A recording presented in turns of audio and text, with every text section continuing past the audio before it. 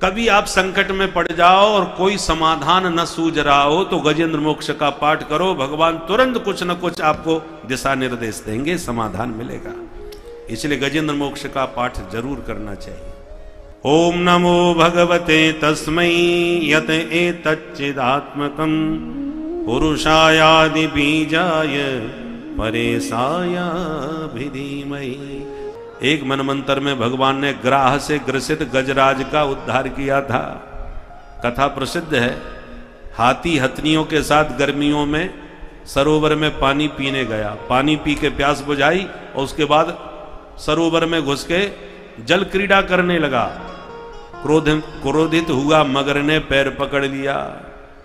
अब हाथी पहले तो समझा ये छोटा सा जीव मुझे क्या पकड़ेगा, पर जब पूरी ताकत लगाने पर भी मगर ने पैर नहीं छोड़ा तो हाथी समझ गया छोटा नहीं बहुत खोटा है। अपने बल से काम नहीं चला तो हथनियों से इशारा किया कि मुझे निकालो, तो सूंड में सूंड बांध करके हथनियों ने भी ताकत लगाई, बात नहीं बन पाई। हथनियों ने जब बहुत समय हो गया लड़ते लड़ते तो समझ लिया अब ये बचने वाले नहीं हैं, तो सब छोड़ करके हाथी को निकल पड़ी जंगल में। हाथी चिल्लाने लगा, देवियों मुझे इस संकट में अकेला छोड़ के कहां जा रही हो? हथनियों ने कहा या तो बाहर ही निकलो या भीतर ही जाओ, तुम्हारे चक्कर में हम कब तक भूखी यहां बैठी रहे। सब छोड़ के चले गए। तब हाथी को वैराग्य हो गया। ये हाथी की बात नहीं, हम सबके जीवन का भी यही हाल है। हम हाथी की तरह अहंकार लिए घूम रहे हैं। मेरा कोई क्या बिगाड़ेगा, इतना बड़ा परिवार, इतना बड़ा व्यापार और इतना धनमान, मेरी इतनी ऊंची पकड़, इतनी ऊंची पहुंच। ये सब अहंकार व्यक्ति को हाथी की तरह उन्मत्त कर देता है। हाथी की नाक बहुत बड़ी होती है, सूंड। ऐसे हम लोग भी प्रतिष्ठा की नाक लगा के घूमते हैं, कहीं समाज में नाक न कट जाए हमारी, क्योंकि हमारी नाक बहुत बड़ी है। ये अहंकार जो लेकर के जीव घूमता है, वो अहंकार कब टूटता है? जब मगर पैर पकड़ता है। मगर कौन है? ये मृत्यु रूपी, बुढ़ापा रूपी जरा मगर बन करके पैर पकड़ता है। बुढ़ापे में सबसे पहले घुटने खराब होते हैं।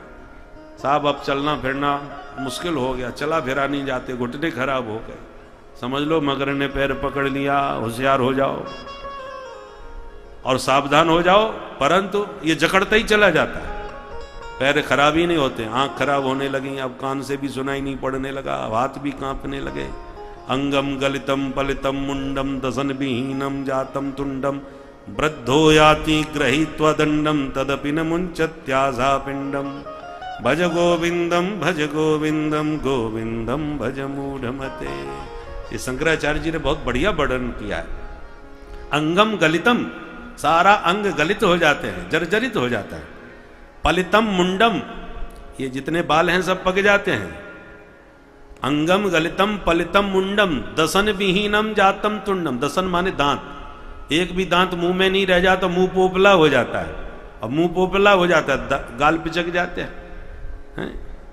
दसन विहीनम जातम तुंडम वृद्धो याति गृहीत्वा दंडम। बुढ़ापे में फिर लाठी लेके दंड लेकर के बेचारा बुढ़ा चलता है। पर तदपि न मुंचत्यासा पिंडम, बुढ़ापे में ये हाल शरीर का हो गया, फिर भी शांति से बैठ के भजन नहीं करता। अनेक प्रकार की महत्वाकांक्षाएं लिए दुनिया भर में डोलता फिरता है, आशा का पिंड नहीं छोड़ता। इसलिए भज गोविंदम मूढ़मते, 3 बार कह के कहते हैं भज गोविंदम गोविंदम भज मूढ़मते। शंकराचार्य जी डांटते हुए कहते अरे मूढ़मती, अब तो कम से कम बुढ़ापे में भगवान का भजन कर ले। इस प्रकार से ये शरीर की हालत हो जाती है। और जब तक शरीर थोड़ा बहुत चल रहा है तब तक तो फिर भी लोग आशान्वित होकर के सेवा करते हैं, परंतु जब देख लेते हैं कि अब ये ठीक नहीं होने वाले, थोड़ा बहुत पहले तो इलाज कराएंगे। जब डॉक्टर कान में कह देते हैं कि अब बुढ़ापे का शरीर है, जैसी बन जाए सेवा कर लो, अब ये ठीक नहीं होंगे, सोई खटिया कोने में डाल देते हैं घर में। और फिर कोई नहीं बात करना, ना बैठना पसंद करता है, ना उनसे बात करना पसंद। कौन अपना गला फाड़े, इनको सुनाई तो पड़ता नहीं है। तमाम प्रकार के आरोप लगाते हैं, कोई सेवा करना नहीं चाहता। और जिन बालकों के लिए, परिवार के लिए जिंदगी भर उसने मेहनत करके सब कुछ जीवन दांव पे लगा दिया, वे ही परिवार के लोग कहते हैं हे भगवान अब इनकी जल्दी सुन लो, अब सेवा नहीं होते, 1 साल से खड़िया में पड़े हैं, इनके चक्कर में ना आना जाना हो रहा है, अब कौन इनकी देखभाल करे, चला फिरा जाता नहीं, कौन सेवा करे। वही परिवार के, जैसे हथनियां कह रही थी या तो ये भीतर ही चले जाएं या बाहर निकले आए, मगर के जकड़े हो गए हैं। हम लोगों को सबको मगर ने पकड़ रखा है? मगर ने कैसे पकड़ रखा है? बोले महाराज कथा सुनने का मन तो हमारा बहुत था, मगर ने पकड़ लिया। महाराज वृंदावन के दर्शन की, बिहारी जी के दर्शन की बहुत इच्छा थी, मगर इस प्रकार से दुनिया भर में हम सबको किसी न किसी रूप में मगर ने पकड़ रखा है, और अगर मगर के चक्कर में हम अपना लक्ष्य प्राप्त नहीं कर पाते। इसलिए हाथी को तो फिर भी दुनिया से निराशा हुई तो हरि से आशा जोड़ ली। हमको तो बुढ़ापे में मरणासन्न अवस्था में भी हरि याद नहीं आते, परिवार ही याद आता है।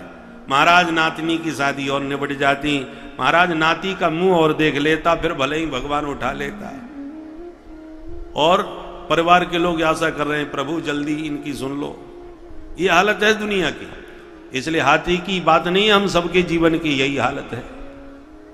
ओम नमो भगवते तस्मै यत एतच्चिदात्मकं पुरुषायादि बीजाय परेशाय धीमहि। बहुत प्यारी स्तुति गाई है, इसको कहते हैं गजेंद्र मोक्ष। कभी आप संकट में पड़ जाओ और कोई समाधान न सूझ रहा हो तो गजेंद्र मोक्ष का पाठ करो, भगवान तुरंत कुछ न कुछ आपको दिशा निर्देश देंगे, समाधान मिलेगा। इसलिए गजेंद्र मोक्ष का पाठ जरूर करना चाहिए। एक बात बताएं, मुसलमान कितना भी अनपढ़ अशिक्षित हो तब भी वो कुरान पढ़ना जानता है, अपने धर्म ग्रंथ का पाठ कर लेता है, नमाज पढ़ते समय आयात, अपने जो नमाज पढ़ने के जो मंत्र हैं वो सबको आते हैं, जो भी उनके भाषा में बोला जाता हो। ईसाई कितना भी अशिक्षित हो परंतु बाइबल का पाठ करना जानता है, जिस भाषा में लिखा है उसी भाषा में वो पढ़ते हैं, चाहे कुरान हो चाहे बाइबल हो। गुरु ग्रंथ साहब सिख लोग उसका पाठ करते हैं और जिस भाषा में लिखा है उसी भाषा में पाठ करते हैं। जितने भी पंथ हैं और पंथों के जितने ग्रंथ हैं सब उसी भाषा में पढ़ना अच्छी तरह जानते हैं। पर जब हम हिंदुओं को, सनातनियों को कहते हैं कि तुम नारायण कवच का पाठ कर लो या गजेंद्र मोक्ष का पाठ कर लो, तो एक ही प्रश्न कान में आता है, महाराज संस्कृत हम नहीं पढ़े, हम कैसे पाठ करें? कोई हिंदी में हो तो पढ़ लेंगे। क्यों जी? हर पंथ का व्यक्ति अपने धर्म ग्रंथ को पढ़ना जानता है, तो आप अपने ग्रंथ का पाठ करना क्यों नहीं जानते? इसलिए अपने कल्याण के लिए, अपने धर्म के मर्म को जानने के लिए, अपने पूर्वजों का और अपना कल्याण करने के लिए हमारे धर्म ग्रंथ जिस भाषा संस्कृत में लिखे हैं, हमें कम से कम पूरा नहीं तो जो महत्वपूर्ण उसका अंश है उसका तो पाठ करना उसी भाषा में आना ही चाहिए। थोड़ा सा यदि केवल संकल्प की बात है, संकल्प आपका पक्का हो तो आप क्या नहीं कर सकते। हमने 80-80 साल के वृद्धों को अपने साथ पढ़ते देखा है वृंदावन में। जब हम गुरुकुल में पढ़ते थे धर्म संघ में, तो एक 80 साल के वृद्ध हमारे साथ पढ़ते थे, तो हम हैरान होते थे कि 80 साल के बुढ़ापे में ये पढ़ के करेंगे क्या। हमने एक बार पूछा तो उन्होंने कहा हमको जीवन में सबसे बड़ा पछतावा यही रहा कि हम संस्कृत नहीं पढ़ पाए। सनातन धर्म में पैदा हो गए पर संस्कृति को समझने के लिए संस्कृत पढ़ना जरूरी था, वो हम नहीं पढ़ पाए। इसलिए इस जन्म में तो हम शिक्षा नहीं ले पाए, अगले जन्म की तैयारी अभी से कर रहे हैं कि इस जन्म में संस्कृत पढ़ लेंगे तो अगले जन्म में कुछ तो संस्कार संस्कृत के होंगे कि नहीं, ऐसी उनकी मानसिकता। इसलिए संस्कृत कम से कम इतना जरूर आनी चाहिए कि हम ठीक से पाठ कर सकें। बोलो राधे राधे।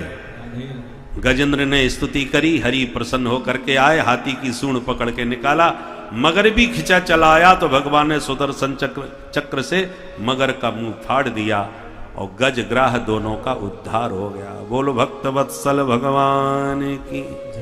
दोनों ही शापित थे जो मुक्त हो गए।